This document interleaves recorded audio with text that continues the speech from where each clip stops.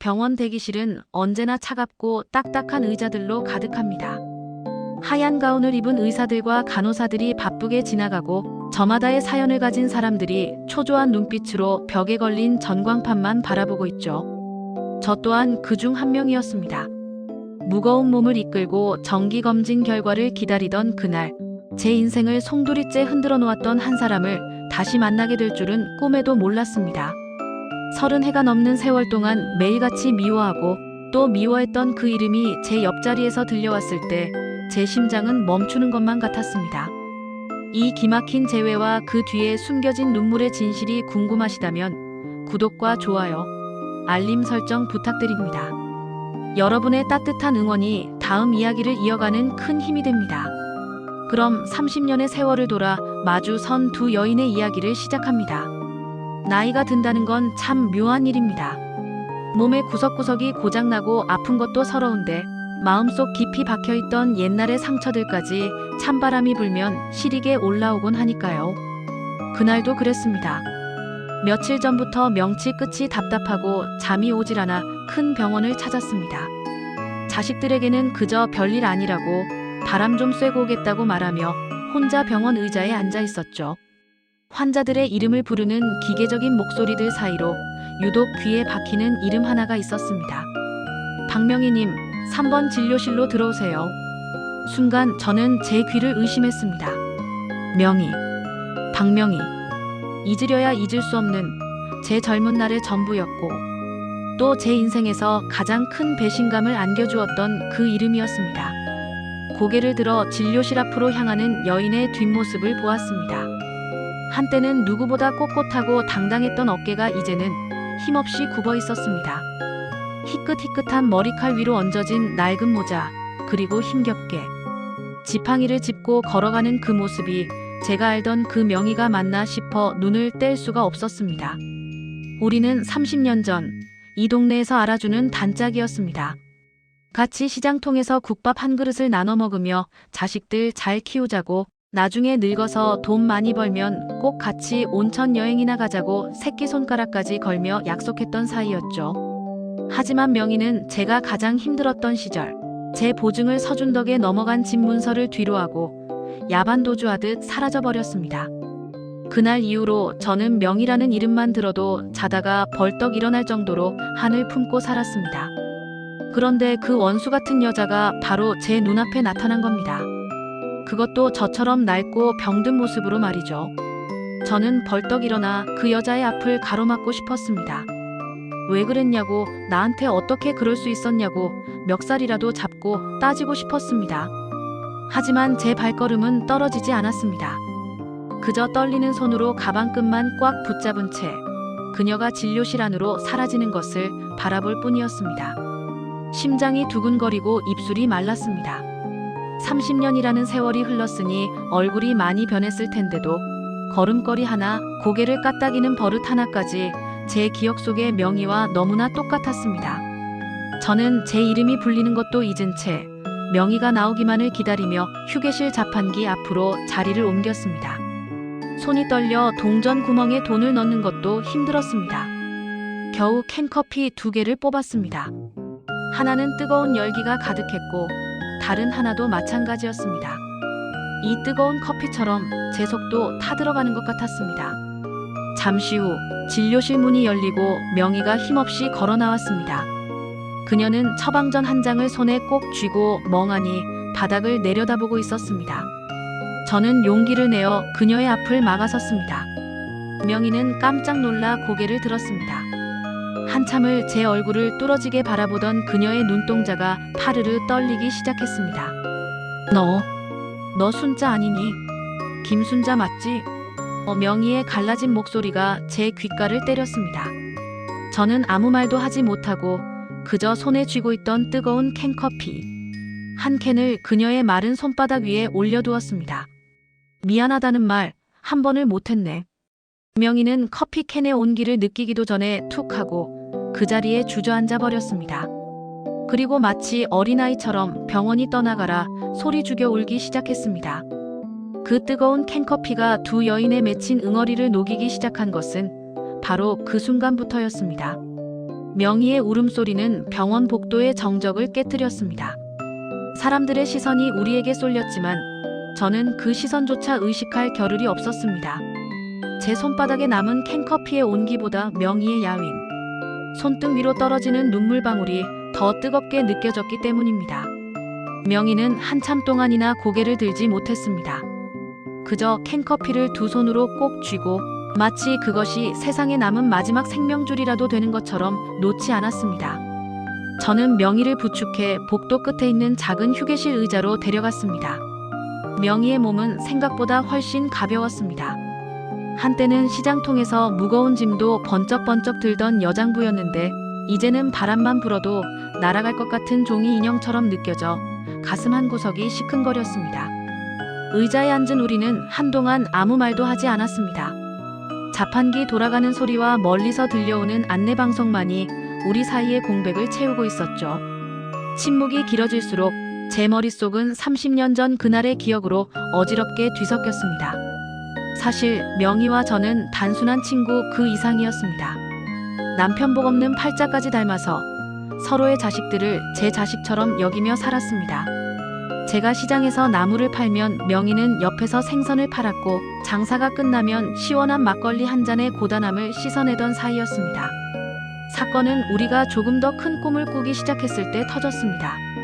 시장 근처에 번듯한 가게를 하나 내보자고, 이제는 노점에서 벗어나 우리 애들 부끄럽지 않게 살아보자고 뜻을 모았던 게 화근이었습니다. 명희는 수완이 좋았고 저는 명희를 믿었습니다. 명희가 가져온 투자 서류에 망설임 없이 제 인감 도장을 찍어주었고 살던 집까지 담보로 잡혔습니다. 하지만 가게 문을 열기로 했던 그날 아침, 명희는 나타나지 않았습니다. 집은 이미 텅 비어 있었고 명희네 식구들은 밤사이에 연기처럼 사라졌습니다. 빚쟁이들이 들이닥쳐 제 살림살이에 빨간 딱지를 붙이던 날, 저는 시장 바닥에 주저앉아 하늘을 원망하며 울부짖었습니다. 명희야, 내가 어떻게 나한테 이럴 수 있니? 다른 사람도 아니고 내가 어떻게 해? 그날 이후 제 인생은 지옥이었습니다. 어린 자식들을 데리고 단칸방을 전전하며 남의 집 빨래며 파출부위까지 가리지 않고 해야 했습니다. 겨울이면 보일러도 들어오지 않는 방에서 아이들을 끌어안고 잠들 때마다 저는 명희의 이름을 저주했습니다. 길에서 명희와 닮은 뒷모습만 봐도 가슴이 떨려 주저앉았고 언젠가 꼭 만나면 그 얼굴에 침이라도 뱉어주겠노라 다짐하며 30해를 버텼습니다. 그런데 지금 제 옆에 앉아있는 명희는 제가 상상했던 뻔뻔한 배신자의 모습이 아니었습니다. 다해진 소매 끝동과 힘겨운 숨소리, 그리고 무엇보다 저를 바라보지 못하는 그 죄스러운 눈빛이 저를 더 혼란스럽게 만들었습니다.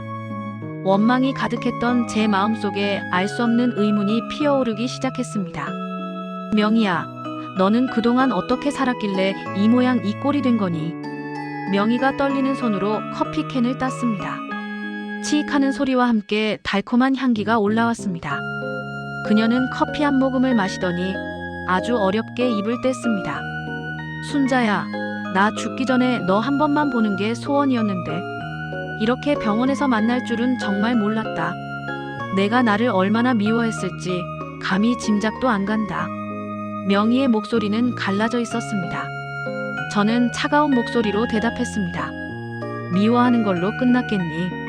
나는 내가 죽었는지 살았는지, 왜 나를 버리고 갔는지 매일 밤마다 물었어. 대답 없는 벽에 대고 말이야. 명희는 제 말에 몸을 떨었습니다.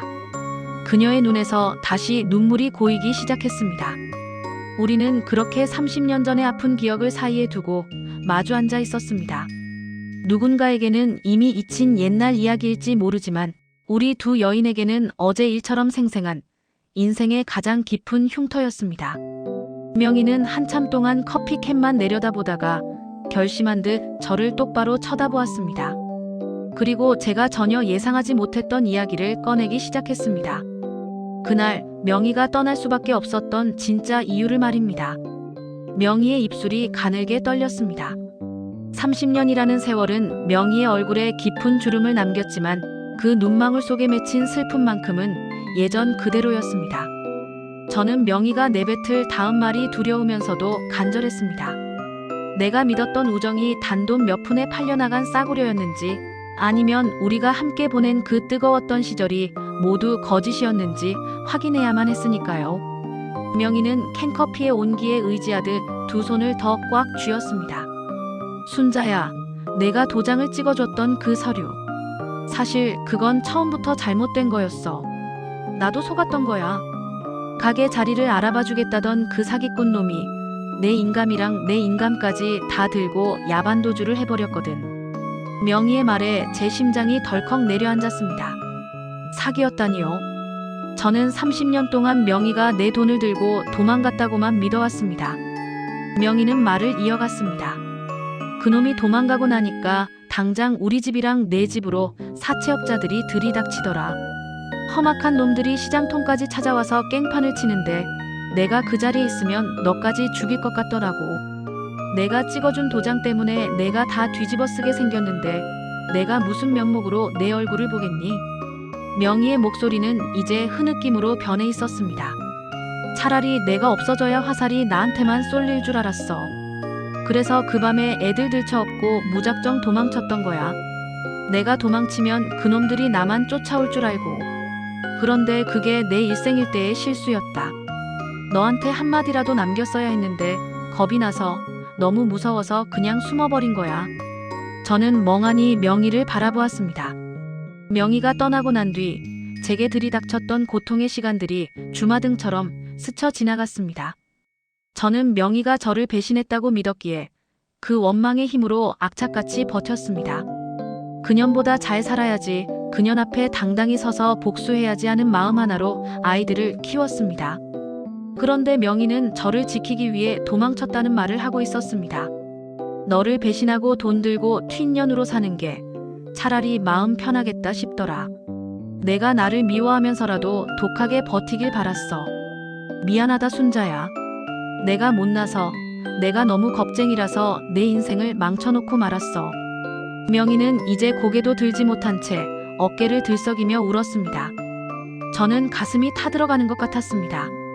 30년입니다. 강산이 3번이나 변하는 그 긴 시간 동안 명희는 죄인으로 살았고 저는 피해자로 살았습니다. 우리는 서로를 그리워하면서도 서로를 증오하며 그 긴 세월을 낭비해온 것이었습니다. 명희야, 너 그러면 그동안 어디서 어떻게 살았던 거야? 왜 한 번도 소식을 안 전했어? 제 목소리에도 울음이 섞여 나왔습니다. 명희는 손수건으로 눈물을 닦아내며 먼 곳을 응시했습니다. 식당 설거지부터 안 해본 일이 없다.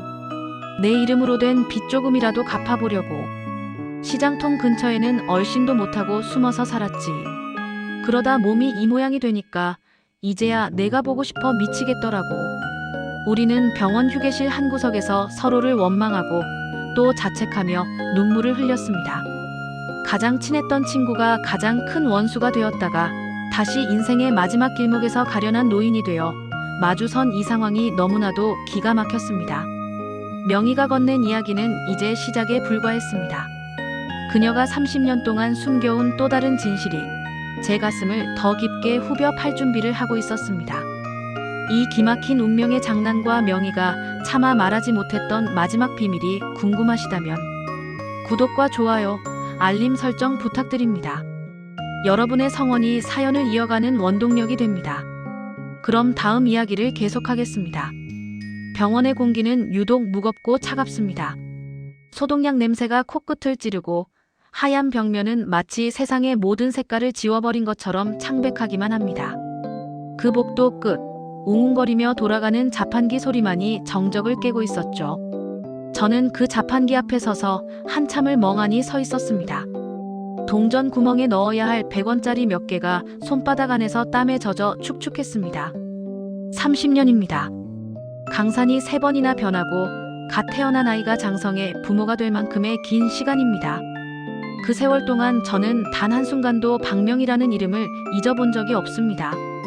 아니, 잊지 못한 게 아니라 잊지 않으려고 애를 썼다는 게 맞을 겁니다. 그 이름은 제 고통의 근원이었고 제가 악착같이 살아남아야 할 이유였으니까요. 그런데 그 여자가 지금 저기 진료실 앞 의자에 앉아 있습니다. 나보다 더 낡고 초라한 모습으로 금방이라도 부서질 것 같은 작은 어깨를 들썩이며 말입니다. 저는 떨리는 손으로 자판기에 동전을 밀어 넣었습니다. 덜컹거리는 소리와 함께 캔커피 2개가 굴러떨어졌습니다. 예전 같았으면 야, 박명희, 너 오늘 커피값은 내가 내라 하고 소리치며 어깨동무를 했을 텐데 지금은 그 커피캔의 무게가 천근만근처럼 무겁게 느껴졌습니다. 저는 캔커피 하나를 손에 꼭 쥐고 그녀에게 다가갔습니다. 명희는 아직도 고개를 숙인 채 바닥만 보고 있었습니다. 그녀의 무릎 위에 놓인 검은 비닐봉지 안에는 방금 받아온 듯한 약봉지들이 가득했습니다. 저 여자가 저렇게 약을 많이 먹어야 할 만큼 몸이 망가졌구나 생각하니 가슴 밑바닥에서 뜨거운 무언가가 울컥 치밀어 올랐습니다. 복수하고 싶었고 멱살이라도 잡고 따지고 싶었는데 막상 마주한 진실은 너무나도 허망했습니다. 저는 아무 말 없이 그녀의 손에 따뜻한 캔커피를 쥐어주었습니다. 명희는 깜짝 놀라 고개를 들었습니다. 초점이 흐릿한 그녀의 눈동자에 제 얼굴이 담겼습니다. 처음에는 당황한 듯 하더니 이내 그녀의 눈에 눈물이 차올랐습니다. 순자, 순자 맞니? 그 갈라진 목소리를 듣는 순간 제 마음속에 견고하게 쌓아 올렸던 미움의 성벽이 한순간에 와르르 무너져 내리는 것 같았습니다. 우리는 휴게실 구석진 의자로 자리를 옮겼습니다.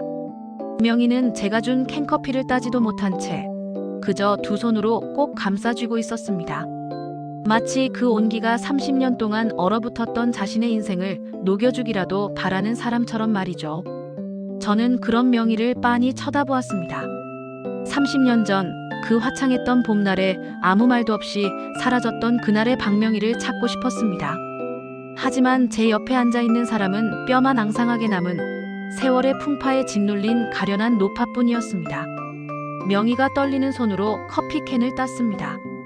치익하는 소리가 마치 우리 사이에 맺힌 응어리가 풀리는 소리처럼 들렸습니다. 그녀는 한 모금도 마시지 못하고 다시 입을 뗐습니다. 순자야, 나 미안하다는 말. 그거 한 번을 못해서 평생 가슴에 돌덩이를 얹고 살았다. 너를 다시 만나면 무슨 염치로 고개를 들까 싶어서 매일 밤 꿈속에서도 내 얼굴 피해서 도망만 다녔어. 저는 차가운 목소리로 대답했습니다. 미안하다는 말이 그렇게 어려웠니? 내가 도망가고 나서 내가 어떻게 살았는지 너는 짐작도 못할 거야. 애들 데리고 시장 골목 골방에서 쥐 죽은 듯 살면서 내 이름 석자 나올 때마다 내 가슴을 내가 쳤어. 그런데 넌 고작 이 캔커피 하나에 미안하다는 말을 다 담으려고 하니? 제 모진 말에 명희는 다시 고개를 떨구었습니다. 아니야 순자야. 커피 한 잔으로 용서받을 생각은 추호도 없다. 다만 내가 왜 그랬는지, 그날 밤에 내가 왜 그렇게 짐승처럼 도망칠 수밖에 없었는지 한 번만 들어주면 안 되겠니? 나 이제 시간이 얼마 없는 것 같아서 그래. 너한테 이 말도 못하고 가면 내가 저 세상에서도 눈을 못 감을 것 같아서. 명희의 목소리가 파르르 떨렸습니다. 시간이 얼마 없다는 그 말이 제 가슴을 덜컥 내려앉게 했습니다. 원망과 증오로 가득 찼던 제 마음 한구석에 아주 작고 가느다란 연민의 싹이 고개를 들었습니다. 저는 캔커피의 뚜껑을 따고 한 모금 들이켰습니다. 달콤하면서도 씁쓸한 맛이 목구멍을 타고 넘어갔습니다. 그래, 드러나 보자. 내가 무슨 대단한 사연이 있어서 나를 그렇게 사지로 몰아넣었는지. 이 기막힌 재회와 그 뒤에 숨겨진 눈물의 진실이 궁금하시다면 구독과 좋아요, 알림 설정 부탁드립니다. 여러분의 따뜻한 응원이 다음 이야기를 이어가는 큰 힘이 됩니다. 그럼 30년의 세월을 돌아 마주 선 두 여인의 이야기를 계속하겠습니다. 우리는 그렇게 병원 휴게실 자판기 앞에서 세상을 다 얻은 듯, 행복했던 젊은 날의 기억과 세상을 다 잃은 듯 처참했던 배신의 기억을 동시에 마주하고 있었습니다. 명희의 손에 들린 캔커피는 어느새 식어가고 있었지만 우리 사이의 공기는 그 어느 때보다 뜨겁게 달아오르고 있었습니다.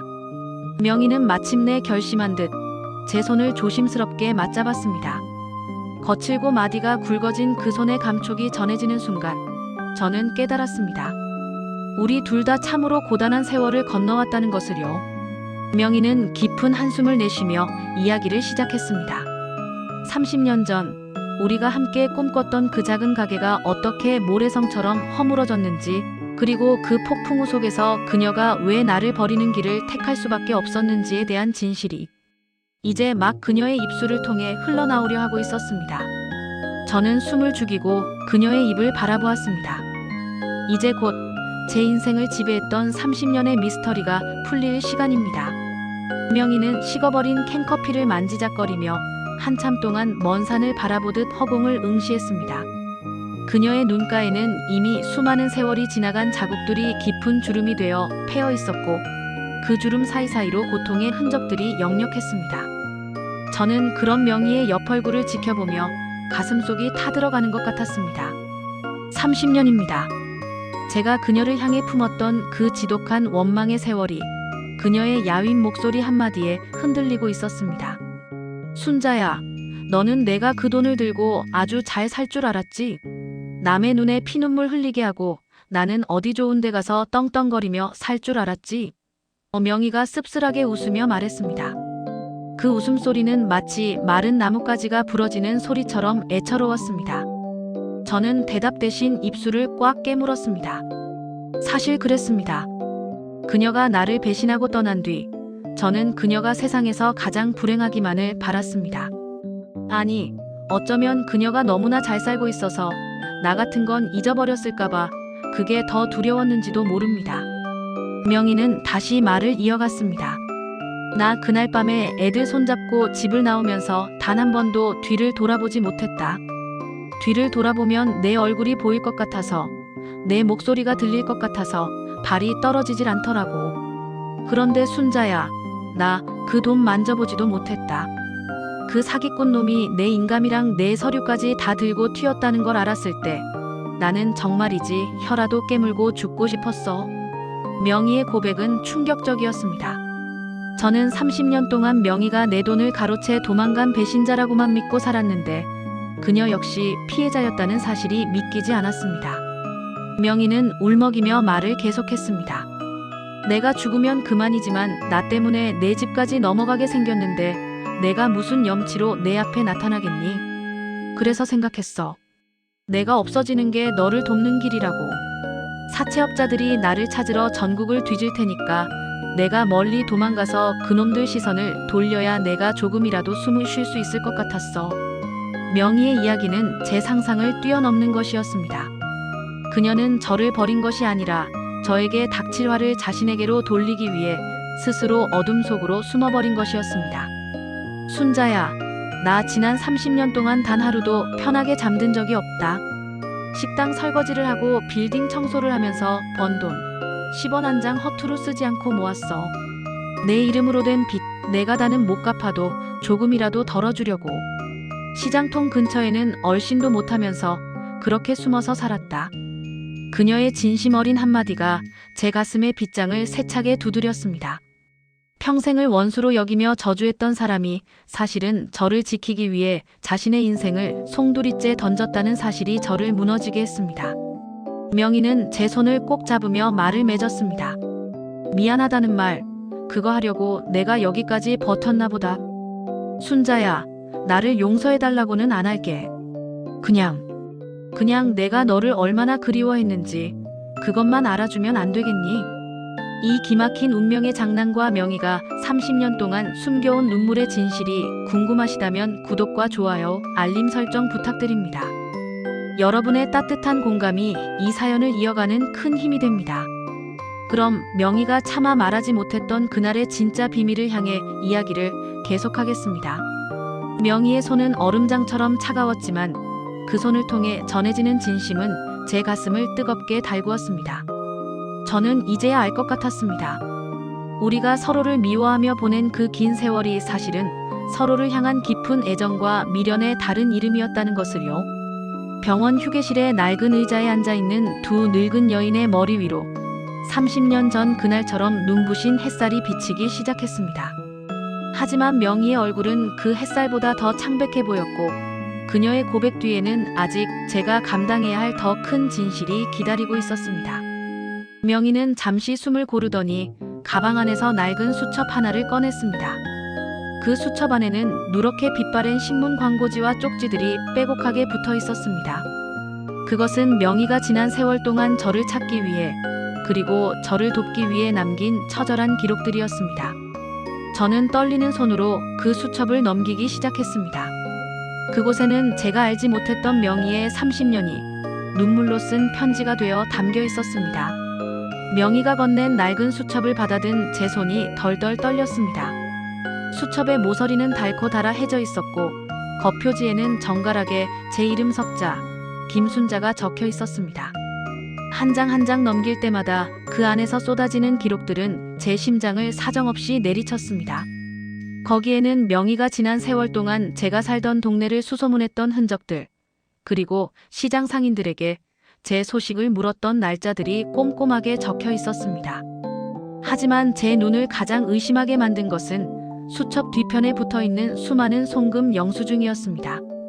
30년 전 제 집을 통째로 집어삼켰던 그 사채업자들의 이름 앞으로 매달 일정 금액이 송금된 기록이었습니다. 명희는 자기 입에 풀칠하기도 힘든 형편에 식당에서 불판을 닫고 남의 집 빨래를 해주며 번 돈을 꼬박꼬박 그놈들에게 보내고 있었던 겁니다. 명희야, 이게 다 뭐니? 내가 왜 이 돈을 갚고 있었어? 제 목소리는 이미 제 것이 아닌 것처럼 가늘게 떨려 나왔습니다. 명희는 힘없이 웃으며 제 손등을 토닥였습니다. 순자야, 내가 도망친 날 밤에 결심했어.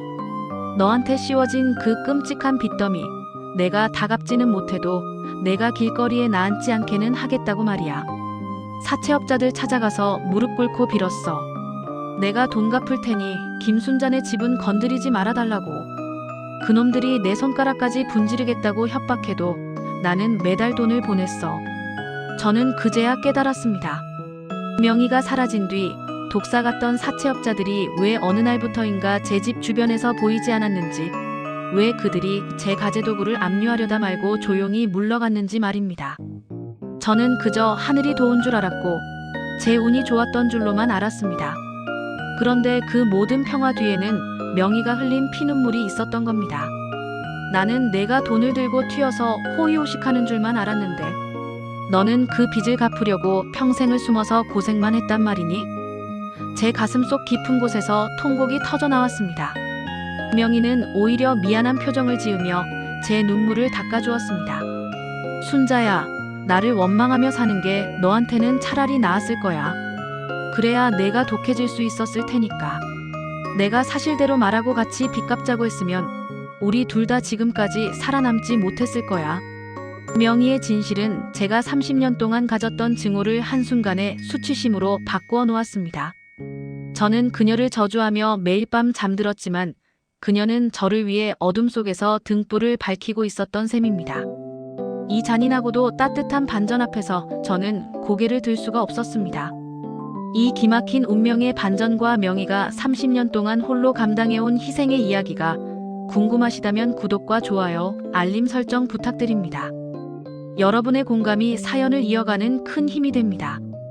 그럼 명희가 왜 그토록 오랫동안 저를 피할 수밖에 없었는지, 그 애달픈 사연을 계속 이어가겠습니다. 수첩 속에 적힌 명희의 일기는 그야말로 눈물 없이는 읽을 수 없는 고행의 기록이었습니다.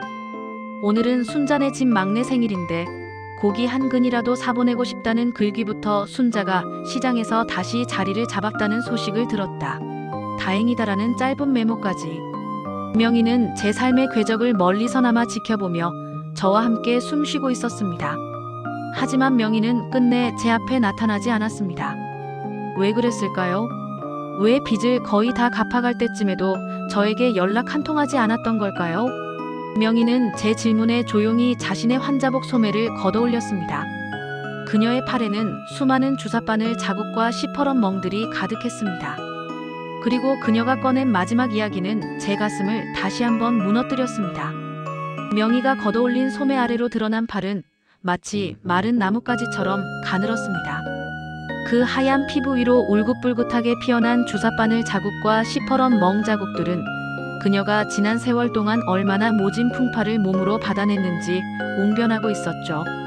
저는 그 상처들을 차마 만지지도 못한 채 입을 틀어막고 신음 같은 울음을 삼켰습니다.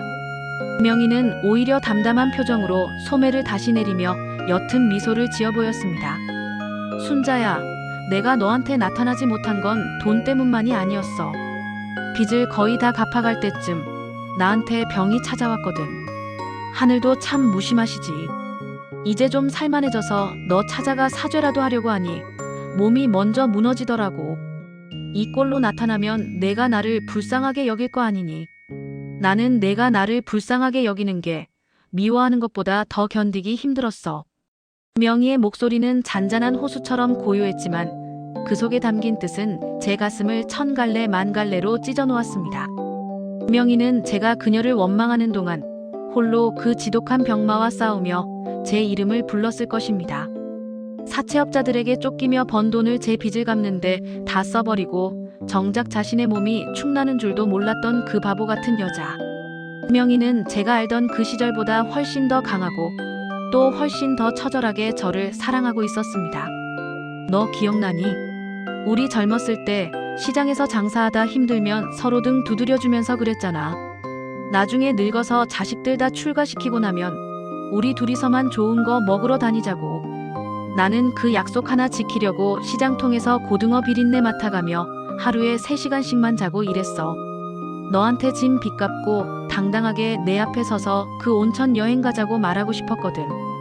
명희는 말을 멈추고 거친 숨을 몰아쉬었습니다. 그녀의 눈동자에는 그토록 그리워하던 옛 시절의 풍경이 비치는 듯 했습니다. 저는 명희의 손을 꼭 잡았습니다. 그 거칠고 투박한 손마디가 마치 30년의 세월을 말해주는 것 같아 자꾸만 눈물이 앞을 가렸습니다. 제가 그녀를 배신자라고 욕하며 저주를 퍼부을 때 명희는 제 집을 지키기 위해 밤낮으로 일하며 사채업자들의 발길질을 견뎌냈을 것입니다. 미안하다 순자야. 내가 조금만 더 똑똑했더라면 우리가 이렇게 멀리 돌아오지는 않았을 텐데. 내가 너무 무식해서 몸뚱이 하나로 때우려다 보니 이렇게 늦어버렸어. 그래도 나 죽기 전에 너 만나서 이 말은 꼭 하고 싶었어. 나 너 배신한 적 없어. 단 한순간도 너 잊은 적 없어. 명희의 진심이 제 온몸을 감싸 안았습니다. 30년 동안 제 가슴을 옥죄던 배신감과 증오의 사슬이 마침내 끊어지는 소리가 들리는 것 같았습니다. 명희는 저를 배신한 게 아니라 저를 위해 자신의 인생 전체를 희생한 것이었습니다.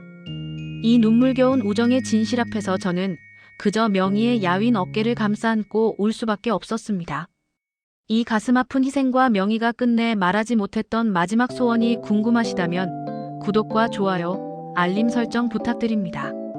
여러분의 따뜻한 공감이 이 사연을 완성하는 큰 힘이 됩니다.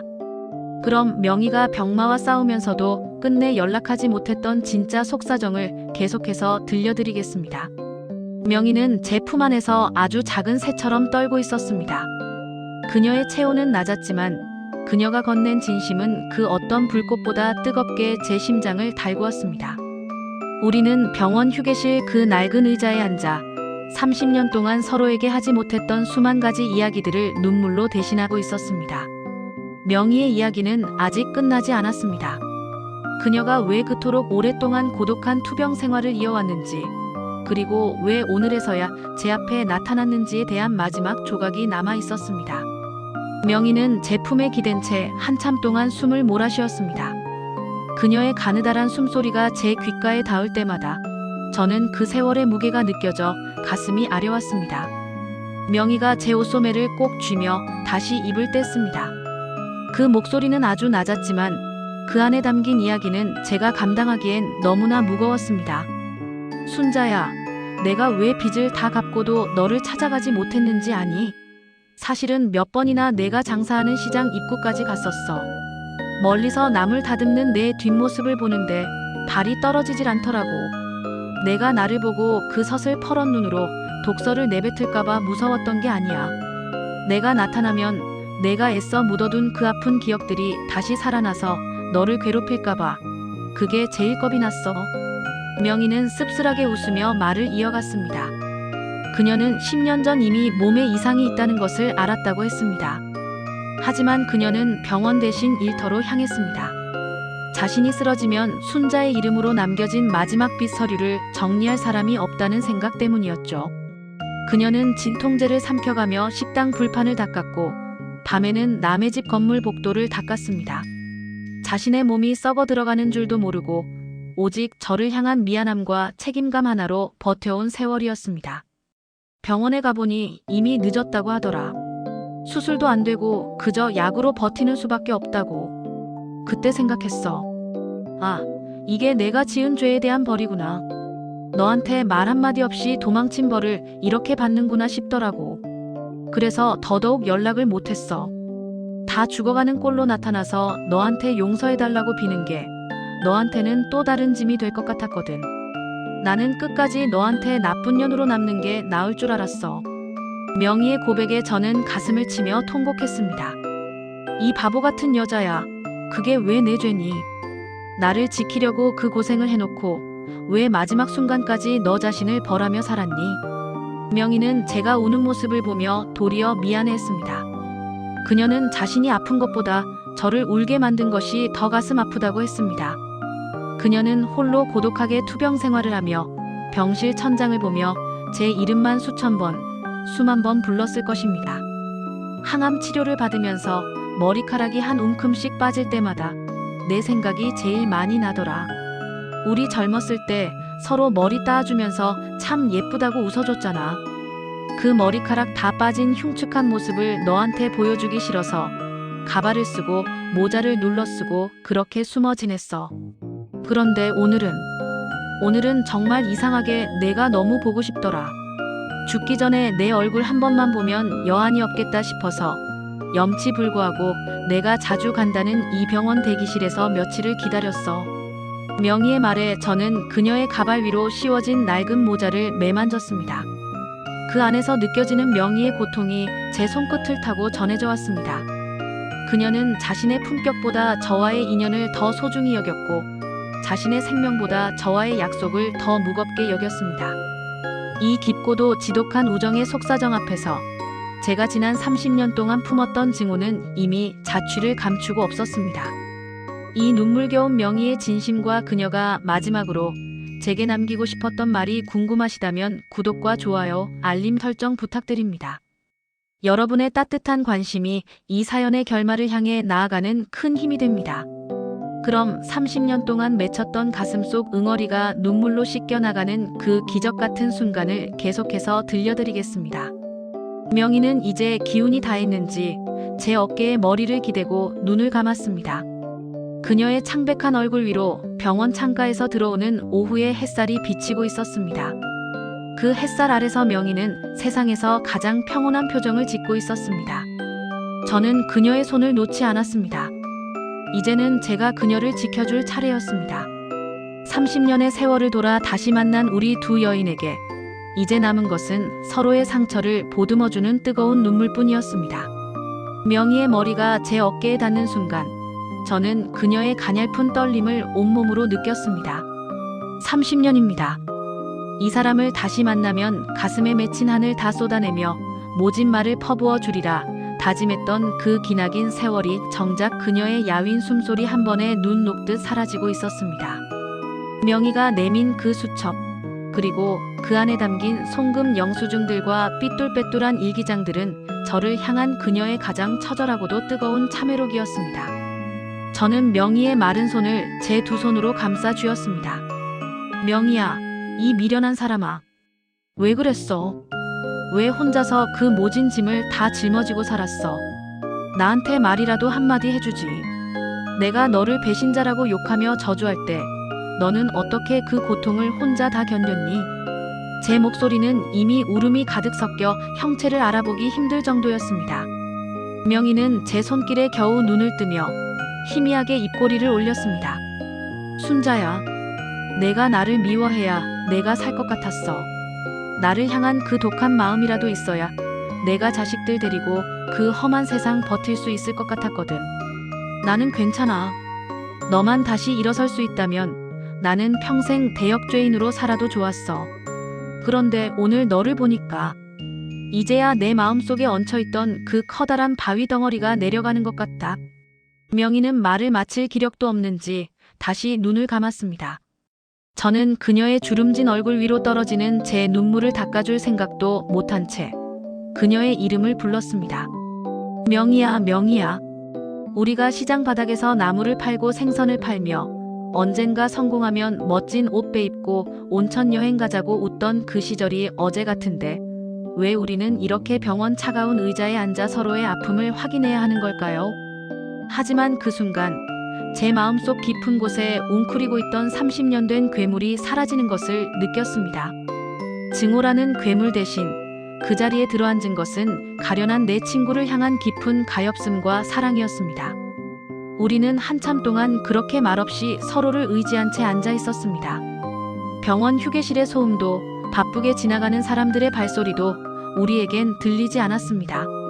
오직 서로의 심장 박동 소리와 30년 만에 비로소 마주본 진심만이 그 공간을 가득 채우고 있었습니다.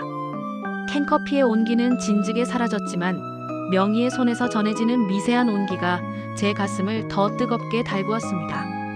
이 눈물겨운 화해와 두 여인이 마지막으로 약속한 인생의 다음 이야기가 궁금하시다면 구독과 좋아요, 알림 설정 부탁드립니다. 여러분의 따뜻한 공감이 이 사연을 완성하는 큰 힘이 됩니다. 그럼 인생의 마지막 노을 앞에서 다시 맞잡은 두 손의 이야기를 계속해서 들려드리겠습니다. 명희가 다시 천천히 눈을 떴습니다. 그녀의 눈동자는 예전만큼 맑지는 않았지만 그 어느 때보다 평온해 보였습니다. 그녀는 제 손을 꼭 잡으며 마지막 남은 힘을 쥐어짜듯 속삭였습니다. 순자야, 나 이제 정말 후련하다. 내 얼굴 봤으니까, 그리고 미안하다는 말 전했으니까.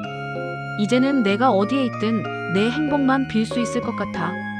저는 명희의 손을 더욱 꽉 쥐었습니다. 아니, 명희야. 이제 시작이야. 우리 30년 동안 못다한 이야기 다 해야지. 너 나랑 약속했잖아. 온천 여행 가기로 한 거 아직 안 늦었어. 우리의 응어리는 그렇게 눈물이 되어 흘러내렸고 그 눈물은 30년의 세월을 씻어내는 정화수가 되었습니다. 원수는 다시 단짝이 되었고 증오는 다시 애틋함이 되었습니다. 이제 우리 앞에 남은 시간이 얼마일지는 모르지만 적어도 우리는 서로를 향한 미움 없이 남은 길을 걸어갈 수 있게 되었습니다. 병원 창밖으로 저무는 노을이 우리 두 사람의 어깨 위로 따뜻하게 내려앉고 있었습니다. 병원 창밖으로 붉은 노을이 길게 드리워지기 시작했습니다. 그 빛은 차가운 병원 복도를 지나 우리 두 사람이 앉아있는 휴게실 의자까지 따스하게 파고들었죠. 명희의 창백했던 얼굴도 그 노을빛을 받아 아주 잠깐 예전 시장터에서 함께 웃던 그 시절의 생기를 되찾은 듯 보였습니다. 저는 명희의 야윈 어깨를 감싸 안은 채 그녀가 들고 있던 식어버린 캔커피를 가방에 챙겨 넣었습니다. 이제 이 커피는 마시지 않아도 좋았습니다.